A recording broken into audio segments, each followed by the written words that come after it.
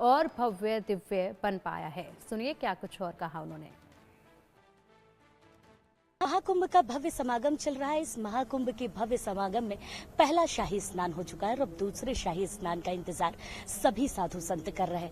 इस समय जहां पर हम हैं वो पुरी के पीठाधीश्वर जगत गुरु शंकराचार्य निश्चलानंद जी महाराज जी। महाराज जी, पहला महाकुंभ का शाही स्नान हो गया, आप भी आए हैं, कैसा लग रहा है इस बार शाही स्नान करके, और इस बार का महाकुंभ कितना भव्य और दिव्य है?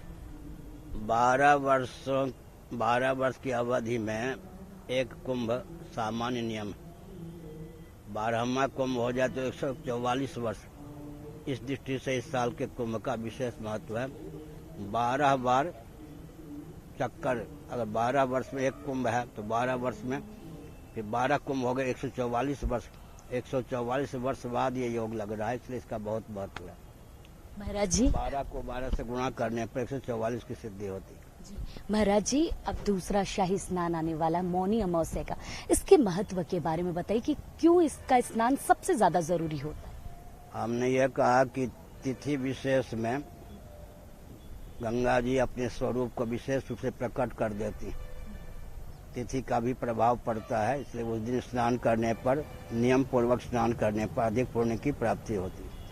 महाराज जी, कल मुख्यमंत्री योगी आदित्यनाथ आपसे आशीर्वाद लेने आए और वो जिस तरीके से इस महाकुंभ का समागम कर रहे, कितना आप आशीर्वाद देते हैं और किस तरीके से उन्होंने इस महाकुंभ को एकजुटता करके रखा हुआ है? ऐसा है कि उनकी सराहना की जानी चाहिए, हम भी सराहना करते हैं। स्वयं उन्होंने कहा कि 30-35 साल से हम परिचित हैं और 30-35 साल से हम परिचित हैं। स्वयं उन्होंने कहा, उन्होंने तत्परता का परिचय दिया है, कोई नास्तिकता का नहीं, उपेक्षा का परिचय नहीं दिया है।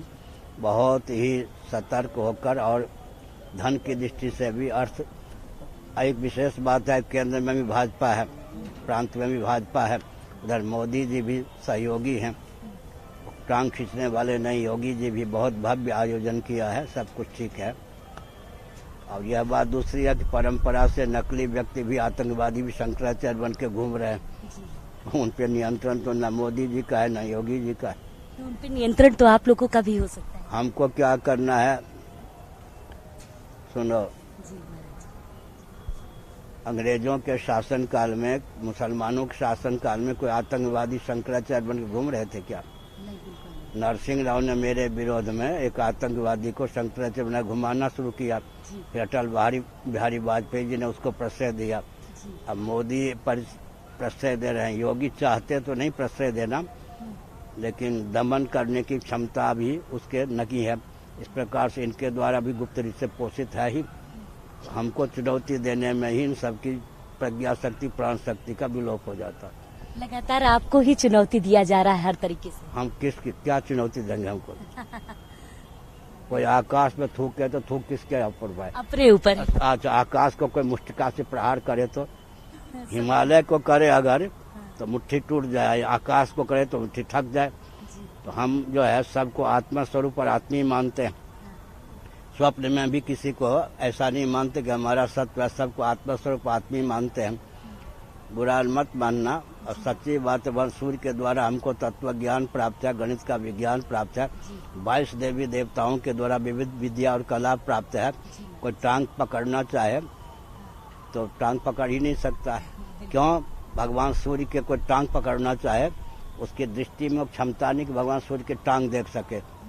जब टांग देखेगा नहीं, पाँव देखेगा नहीं तो खींचेगा क्या? तब तक एक सुनो, राधे श्याम खेमका कल्याण के संपादक थे, किसी ने उनको बहकाया, हमने कहा हमारी टांग दिखेगी तब तो खींचोगे, हमारी टांग दिख नहीं सकती। सूर्य भगवान के टांग तो होते हैं, कोई देख नहीं सकता है, टांग दिखे तब तो खींचेंगे क्या? हमारे टांग में सबके टांग हैं, हम सबको आत्मस्वरूप मानते हैं, किसी का हित सोचते भी नहीं, सबके हितैषी हैं, हितज्ञ हैं, हित करने में तत्पर हैं, जो संपर्क में आता हित भी करते हैं। इसलिए दुनिया, एक विचित्र बात, सज्जन जो हैं उनकी सज्जनता को प्रकट करने वाले दुर्जन होते या नहीं? दुर्जनों को प्रकट करने की फैक्ट्री सज्जन हुए या नहीं? और सज्जनों को प्रकट करने का काम दुर्जन करते हैं। दुर्जनों की दुर्जनता किस पर प्रकट होगी? एक दुर्जन दूसरे दुर्जन को एक चांटा मारेगा तो 4 चांटे लग जाएंगे।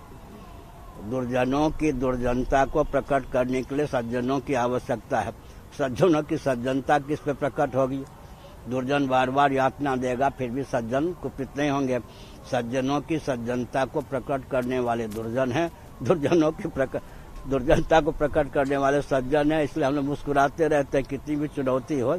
हम समझते हैं हमारी जो मेधा शक्ति है भगवान की दी हुई, उसी को तो व्यक्त करने के लिए सब आए हैं। इसलिए कोई हमारे टांग खींच नहीं सकता। हमारी योग्यता ही सब रूपों में टांग खींचने वालों के रूप में भी व्यक्त है। बिल्कुल। महाराज जी, एक अंतिम सवाल। आपने मुख्यमंत्री की तारीफ की, प्रधानमंत्री की तारीफ की, आपने बहुत सारे कुंभ देखे होंगे, आपने कई कुंभों में आप प्रतिभाग भी लिए। इस बार का कुंभ कैसा? 63 से कुंभ में आ रहे हैं। इस बार के कुंभ का आयोजन कैसा है और भव्यता है कि नहीं? तत्परता पूर्वक आयोजन किया गया है और जो अपने को जगत गुरु शंकराचार्य लिखते हैं उन पर एक पर नियंत्रण करना तो कठिन था, लेकिन अपनी ओर से कोई कोर कसर नहीं रखे गए। कोई हम धर्मनिरपेक्ष हैं ऐसा सिद्ध करने का प्रयास नहीं किया। खुल करके योगी जी ने काम किया है और वो शोषक नहीं है, घर भरने वाले नहीं हैं। जो कुछ उनके पास सामग्री है प्रांत की निधि है, प्रांत के हित में उपयोग करते हैं, विनियोग करते हैं। बहुत अच्छे। ठीक है महाराज जी, बहुत बहुत धन्यवाद आपका महाराज जी। तो ये देखिए कि इस समय जहाँ पर मैं हूँ आपको दिव्यता भव्यता भी नजर आ रही होगी और यही महाकुंभ की सुंदरता और अलग ही समागम है। महाकुंभ में 9 साल की श्री जी कथा कर रही है ना ये हैरानी वाली बात। वो भजन भी गाती है, उनके धर्म को लेकर अपनी समझ है। सुनिए क्या कुछ कहना है। महाकुंभ का अद्भुत समागम चल रहा है। हर तरफ जब आप निकलेंगे तो एक तरफ साधु संत दिखाई देंगे,